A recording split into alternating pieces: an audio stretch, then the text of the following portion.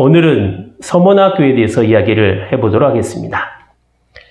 저는 에베소 교회에서는 오른손에 7배를 붙잡고 7 금초대 사이에 다니시는 분으로 주님을 소개하고 있었습니다.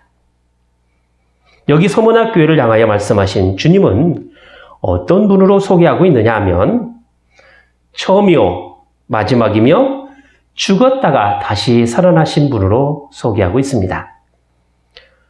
서머나 교회는 그 위치하고 있는 곳이 에베소 교회에서 북쪽으로 쭉 올라가면 해안이 있는데 에게 바닷가 들어오는 그 항구에 위치하고 있는 지역의 교회가 됩니다. 요한의 편지를 받은 아시아 7교회는 지금의 이탈리아 동쪽에 있어서 서로는 거리가 많게는 100km 정도에서 50km 정도에 서로가 위치하고 있습니다. 에베소 교회에서 북쪽으로 한 60에서 100km 정도의 서머나 교회가 위치하고 있고요.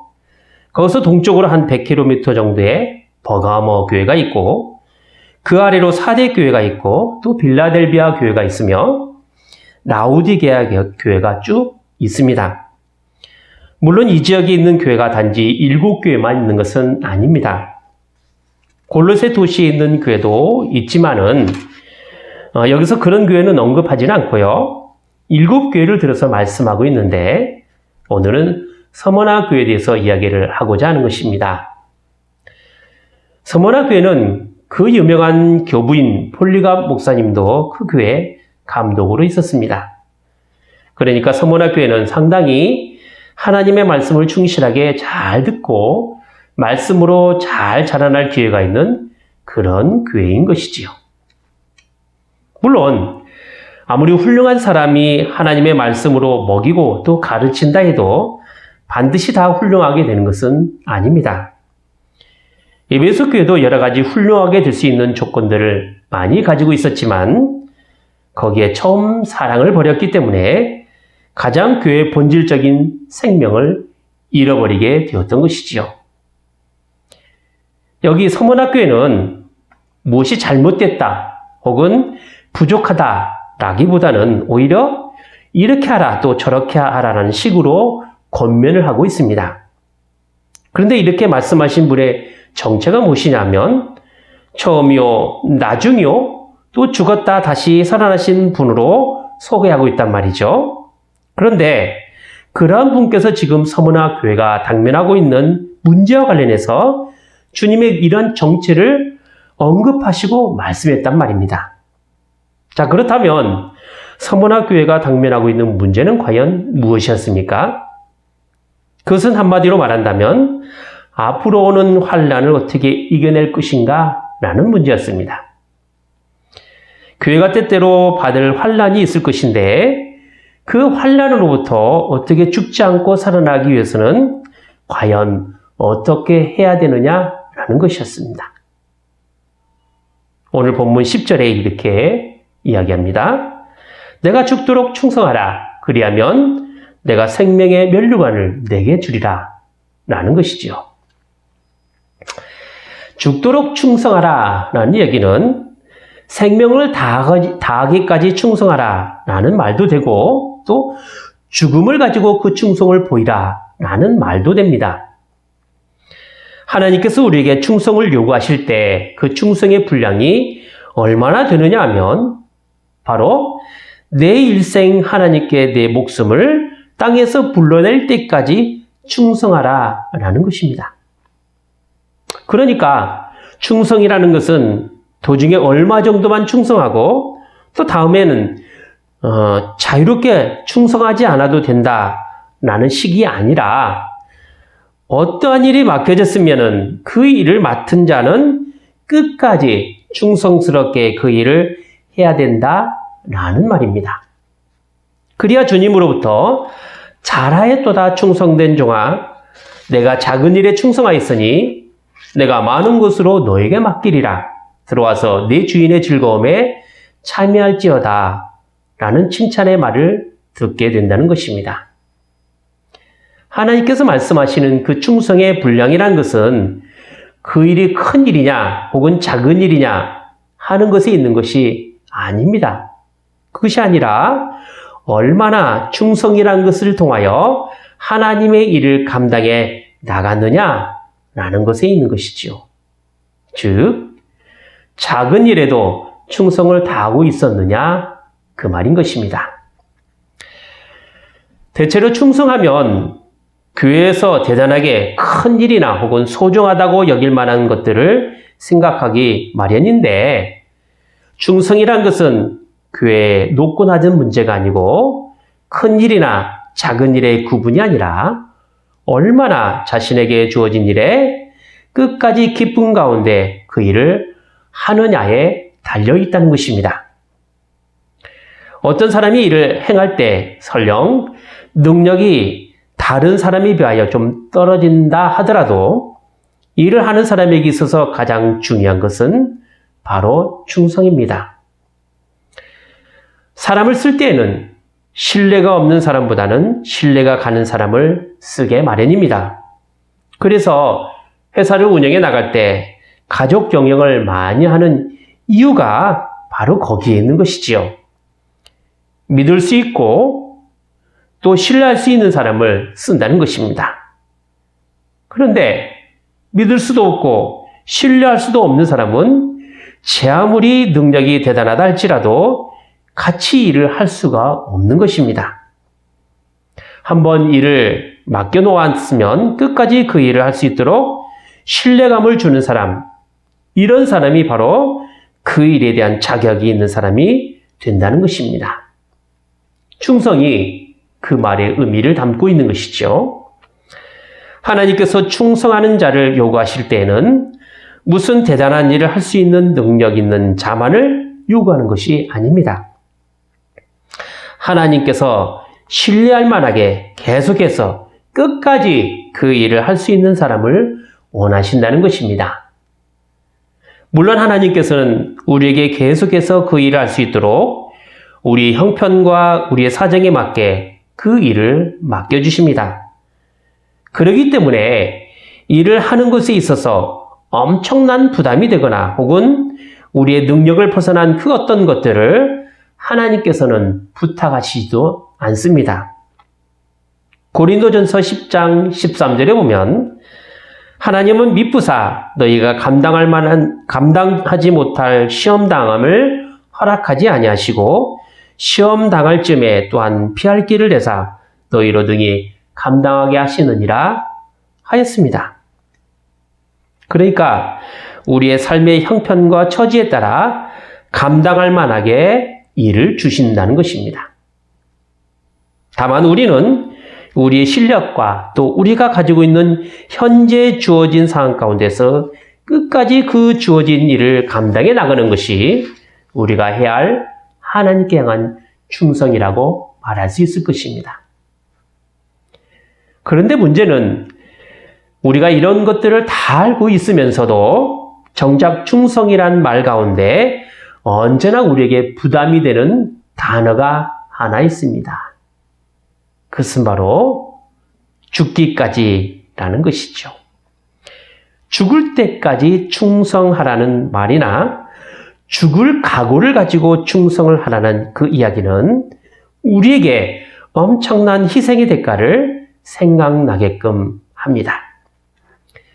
그래서 기왕 충성한다면 좀 화려한 업적을 남길 만한 것을 할 때 충성한다는 그 보람이라도 있을 것이라고 생각을 하거나 또 어떤 특수한 경우나 중요한 경우에만 충성이 적용되는 것이지 일반적으로 일어나는 일에는 충성이라는 말을 잘 하지 않는다는 것입니다. 그런데 이 말은 충성하여도 머리가 되고 꼬리가 되지 않겠다라는 자기 자랑과 또 교만이 거기에 숨겨져 있다는 것입니다. 그러니까 충성의 궁극적인 것에는 자기가 내세울 만한 어떤 업적이나 또 자신을 드러낼 만한 열심이나 수고나 애씀이 그 충성이란 말을 대변할 수밖에 없게 되는 것이지요. 그러나 성경에서는 충성이라는 말을 사용할 때 결코 큰 문제에 대해서만 사용하고 있지 않습니다. 그렇다고 해서 작은 일에 대해서 이것도 충성하는 것이라고 우격다짐으로 요구하지도 않습니다. 성경에서는 충성이라는 말을 이야기할 때 모든 일에 주님께서 각 사람에게 필요한 대로 그 사람의 은사 종류에 따라 일을 나누어 주신다는 그 분명한 사실에서 그 일이 크든 작든 자기에 맞든 그 부분에서 충성을 다하라라는 이야기가 되는 것입니다. 그렇기 때문에 충성한다고 말을 할 때 자기 마음대로 이것은 중요한 일이니까 충성해야 되고 저건 중요한 일이 아니니까 충성하지 않아도 된다라는 식으로 판단하지 말라는 이야기인 것입니다. 우리가 무슨 일을 한다고 말할 때 그 일이 하나님께서 내게 맡겨주신 일이라고 생각한다면 그 일이 무슨 일이든지 간에 일에 대한 주인은 하나님이시라는 분명한 사실을 우리가 인식해야만 됩니다. 그러니까 우리는 일을 맡겨진 청지기가 된다라는 것이죠. 자기 자신의 것으로 생각하게 된다면 우리는 자꾸 자기 주장이 드러나게 되고 그렇게 되면 자기의 논리에 따라 일의 그 비중을 자신이 평가하게 된다는 것입니다. 그래서 오해되는 것이 무엇이냐면 하나님 앞에 충성하는 것들이 세상의 잘남이나 또 업적을 세우고 특별한 일들을 추구하게 된다는 것이지요. 우리에게 주어진 일은 우리가 맡은 것이 아닙니다. 주님께서 맡기신 것입니다. 이렇게 생각해야만이 일에 대한 평가 기준을 내가 아니라 하나님 앞에 온전하게 평가받을 수 있게 된다는 것입니다. 죽도록 충성하라라는 그 이야기는 그것이 항상 목숨과 바꿔야만 되는 것이라고 지정해서 말하는 것은 또한 아닙니다. 모든 일을 자신의 목숨하고 바꾸라는 이야기가 아니라는 것이죠. 사람에게 있어서 가장 귀한 가치는 자기 목숨입니다. 그 어떤 것도 자신의 목숨을 대신할 수는 없는 것입니다. 그런데 왜 충성이란 말을 자신의 목숨과 연결시켜서 이야기하고 있느냐 한다면 그만큼 충성에는 사람에게 있어서 가장 귀한 가치인 생명과 연결되어 함께 나타나고 있기 때문에 그렇습니다.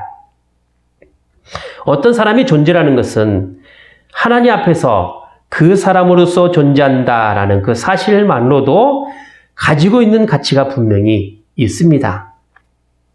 하나님께서 보시기에는 이 세상에 아무런 쓸모도 없이 살아가는 인생은 하나도 없다는 이야기인 것입니다. 모두 다 귀한 가치를 지니고 있는 사람들입니다. 문제는 우리가 하나님 앞에서 어떤 가치 있는 존재로 살아가고 있느냐 하는 것에 있는 것이죠. 하나님께서 인정하시는 가치는 우리의 삶에 있어서 장성의 분량과 정도에 따라 그 가치를 인정하시는 것입니다.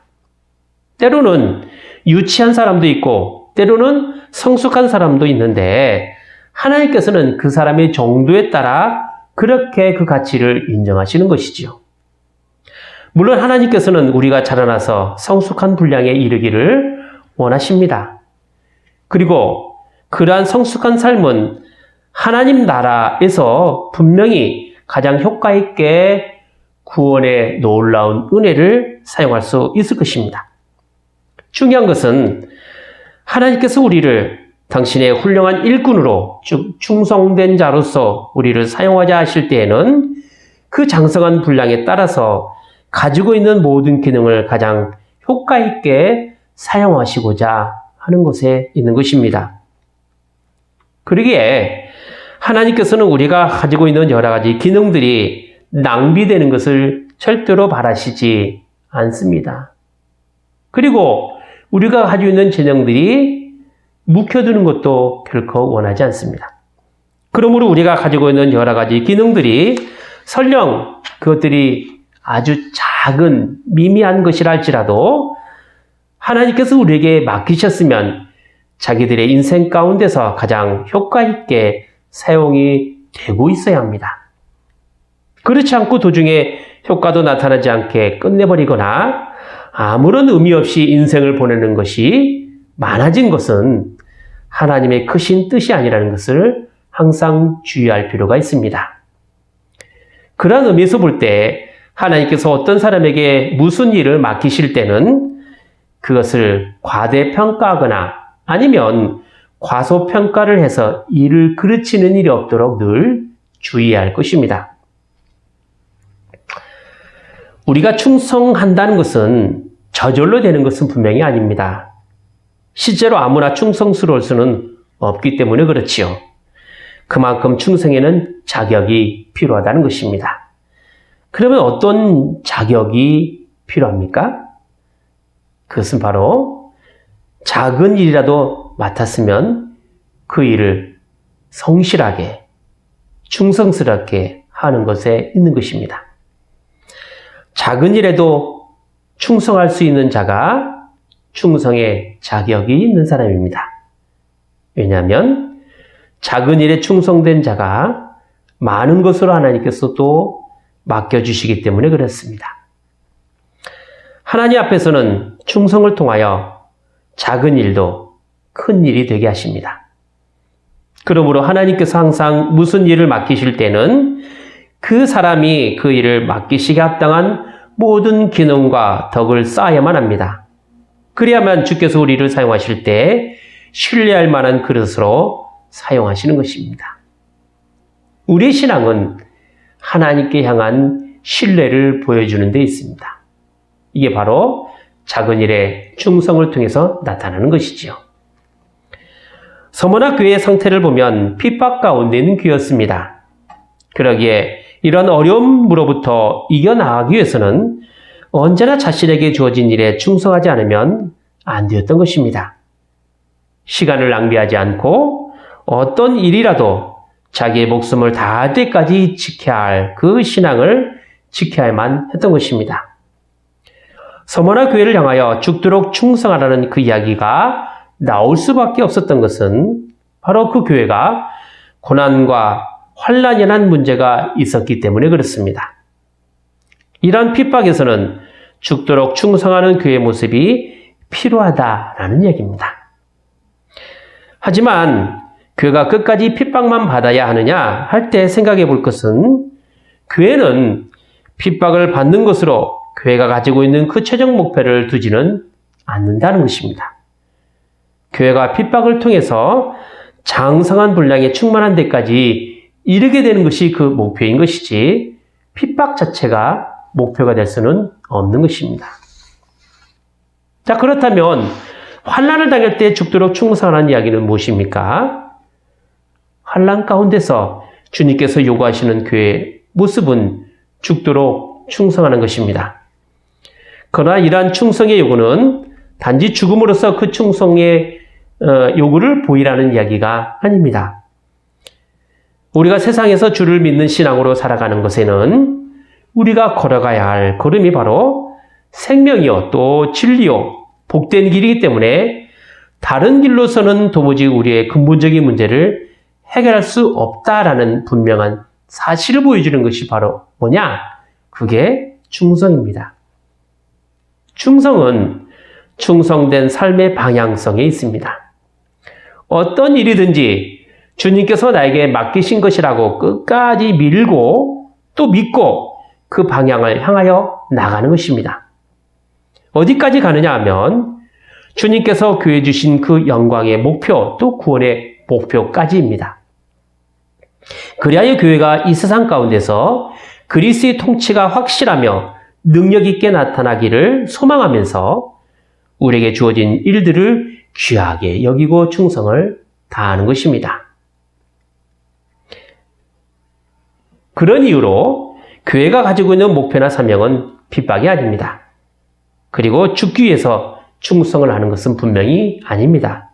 오히려 살기 위하여 충성을 다하는 것입니다. 오늘 말씀처럼 생명의 면류관을 얻기 위하여 충성을 다하는 것입니다. 교회가 가져야 할 궁극적인 사명을 효과 있게 잘 감당하기 위하여 충성을 다하라는 이야기인 것이지 충성은 이렇게 하는 것이다. 또 저렇게 하는 것이다. 라는 식으로 교회를 유지하고 교회 제도를 세우는 하나의 방편으로 삼지 말아야 된다는 것입니다. 우리나라가 일제강점기 시대에 한국교회가 옳지 못하게 행동하는 것 중에 하나가 바로 신사참배였습니다. 왜 교회가 신앙과 반대되는 행동을 할 수밖에 없었느냐? 라고 한다면 바로 교회를 지키는 일이었다라는 것이었어요. 그러니까 그때 만약 신사참배를 반대했다면 일제의회여 교회가 문을 분명히 닫았을 것이고 그러한 사태를 막기 위하여 어쩔 수 없이 선택했다라는 것입니다. 그리고 이러한 선택도 교회가 당하는 환란이었고 그 환란에 대처한 바른 충성이 신사참배라는 그런 이야기인 것이죠. 물론 어처구니 없는 변명이지만 오늘날 교회 모습도 이와 마찬가지라고 볼 수 있을 것입니다.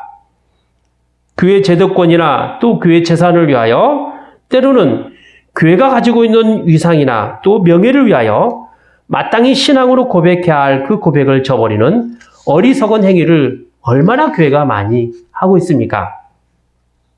교회가 가지고 있는 이익을 위하여 싸워서 서로에게 상처를 주는 그 행위들은 단지 어제 오늘만의 일이 분명히 아니라는 것이죠. 오늘날 교회는 이렇게 충성이라는 단어를 자신들의 이익을 위한 수단으로 전락시키고 말았습니다.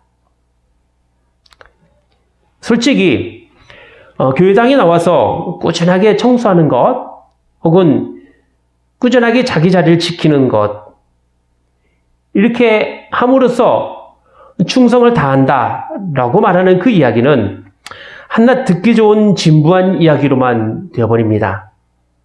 실제로는요, 피 터지게 싸우고 이겨야 할 투쟁은 자신들의 이익을 위한 것들 뿐이었어요.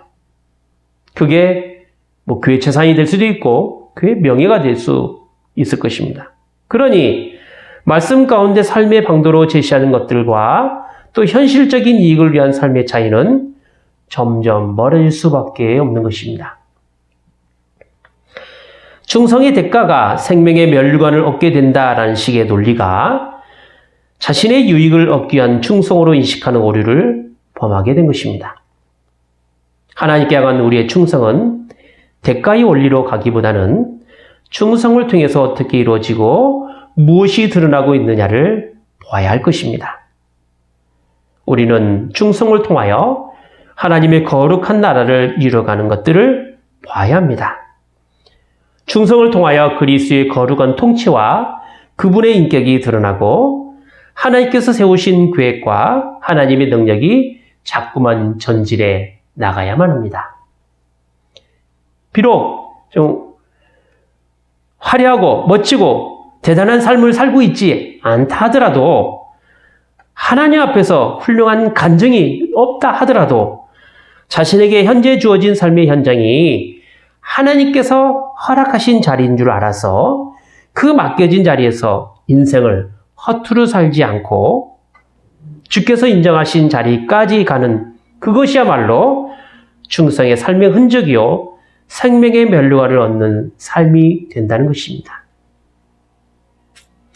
주님께서 우리를 칭찬하시는 원리는 많고 죽음에 있는 것이 분명히 아니라고 말했습니다.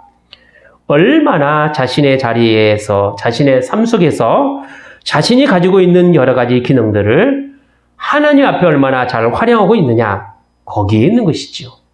그리고 하나님 앞에서 얼마나 자신의 일에 신실하게 처리하고 있느냐라는 것에 있는 것이죠.